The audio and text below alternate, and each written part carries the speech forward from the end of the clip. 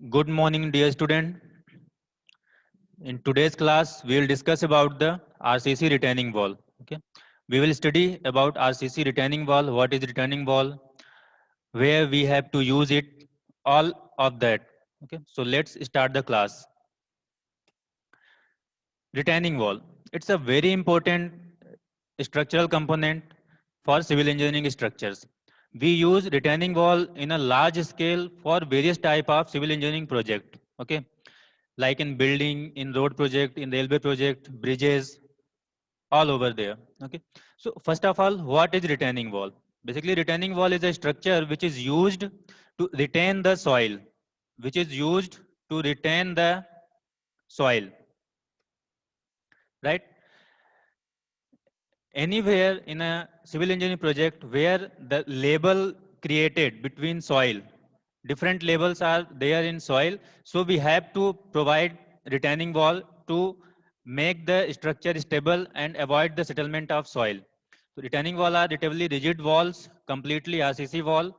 Here we will discuss about complete RCC wall used for supporting soil laterally so that it can retain at different levels, so that we can retain the soil in different levels without any settlement. Okay, retaining wall are structure designed to restrain soil to a slope, and if there is a sloping behavior of soil, there are chances of settlement are very high. At that situations, we also can provide retaining walls. Okay, and retaining walls that retain soil on the back side and retain water on the front side, they are called seawall or bulkhead. Okay, if we construct any retaining wall in which the back side soil filling are there and in front side there are water or liquid, that type of retaining wall are called seawall or bulk wall. Okay, as we have discussed in various structures, various projects, we have to provide retaining wall. We can see here, this is a road, and here that is a level of soil and that is different level of soil. In this case, if the soil is not stiff sufficiently, there is a chance of settlement of soil, and if the soil will settle here, our road will also collapse with the settlement of soil. At these situations, we have to provide a structure which can retain the soil in their position, and that is the structure retaining wall. So this is the retaining wall. We can construct it in different manners. Here, this is the retaining wall.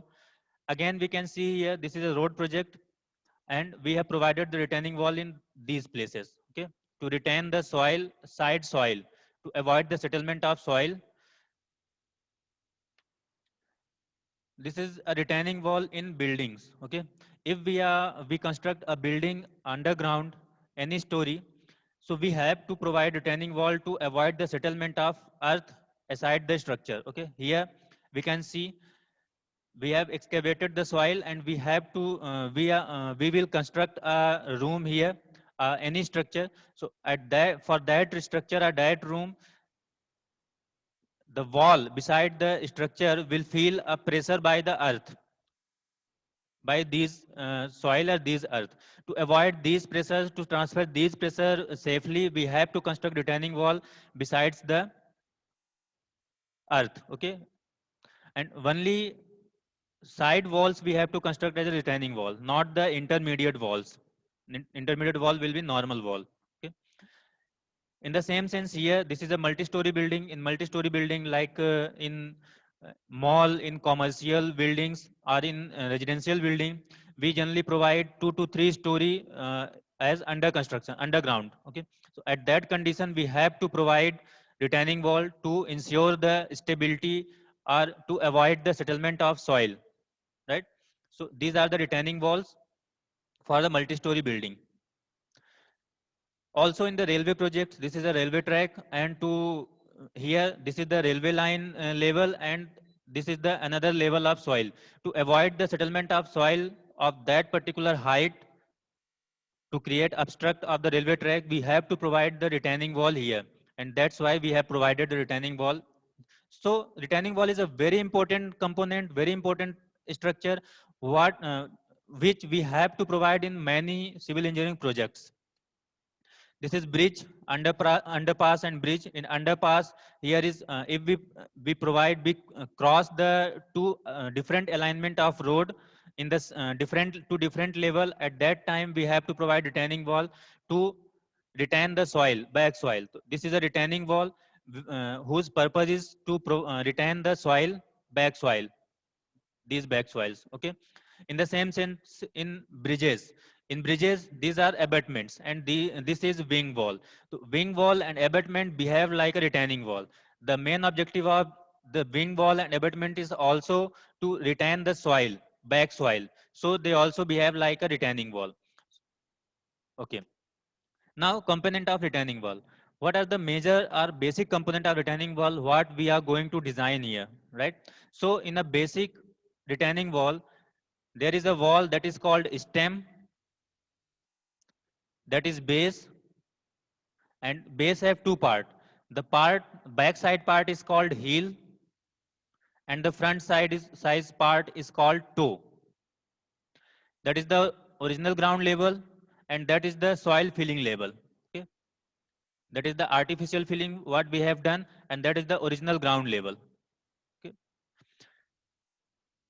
that is also soil, and that is soil filling. That is the back side of retaining wall, and this is front side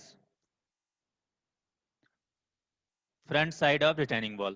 Okay, so that is the our usable area in front side, and the back side soil filling is done, right? So what is the concept of retaining wall? The soil filling back side will exert a pressure on the stem of the retaining wall, and to avoid this pressure force, we will design a whole structure. Okay. If we talk about type of retaining wall, basically there are four type of retaining walls generally we use in a large scale. The first one is gravity retaining wall, second one is cantilever retaining wall, third one is counterfort retaining wall, and fourth one is buttressed retaining wall. We will discuss one by one here. So gravity retaining wall is used for the very low height. Okay, if we develop any landscape area, any garden, and in the different levels, at that time we provide gravity retaining wall. The basic concept of gravity retaining wall to transfer the load or earth pressure, they distribute the earth pressure by their own weight in this similar to gravity dam. As in gravity dam, the water pressure or any load is transferred by the self weight of the gravity dam. In the same sense, the gravity retaining wall, the pressure will be distributed by its own weight. And we can construct the gravity retaining wall by brick, by boulder or rock, or by RCC, or by plain concrete. Okay. Generally, we use brick, stone, and plain concrete to construct gravity retaining wall. Okay. Second one is cantilever retaining wall. We use very frequently in many structures this type of retaining wall. Cantilever retaining wall is a RCC retaining wall. Generally, they provide the stability, or they ensure the stability by the self weight of retaining wall and by the weight of the soil back, which is generally filled in backside. So they provide the stability by along with the self weight and soil weight. Okay, and generally they are provided for the height of 6 to 8 meter. If we have to construct a retaining wall, we have to retain a soil of height 6 to 8 meter. At that time, we can use cantilever retaining wall, right? So that is the peak of cantilever retaining wall. The next one is counterfort retaining wall. Counterfort retaining wall also behave like a cantilever retaining wall. The stability is ensured by the self weight of retaining wall and the weight of the soil which is filled in backside. But this is generally provided for the height of above 8 to 12 meter. If a large height of soil we have to retain, at that time we prefer counterfort retaining wall. And the reason behind that only that the counterfort retaining wall is more stable as compared to cantilever retaining wall, because in counterfort retaining wall, the stem and the base is connected with another extra wall.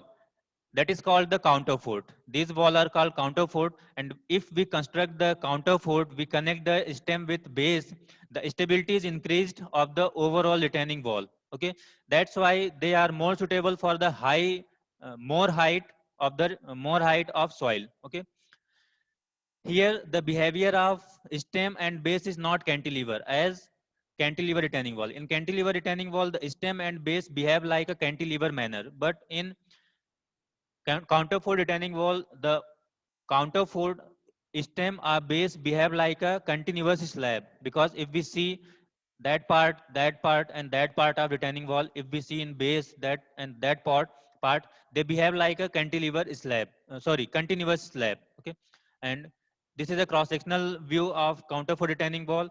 These are the counterfort we can construct in different manners like triangular or rectangular manner, and they are generally hidden after the soil filling in backside, because they are constructed in the backside. Okay, backside of the retaining wall.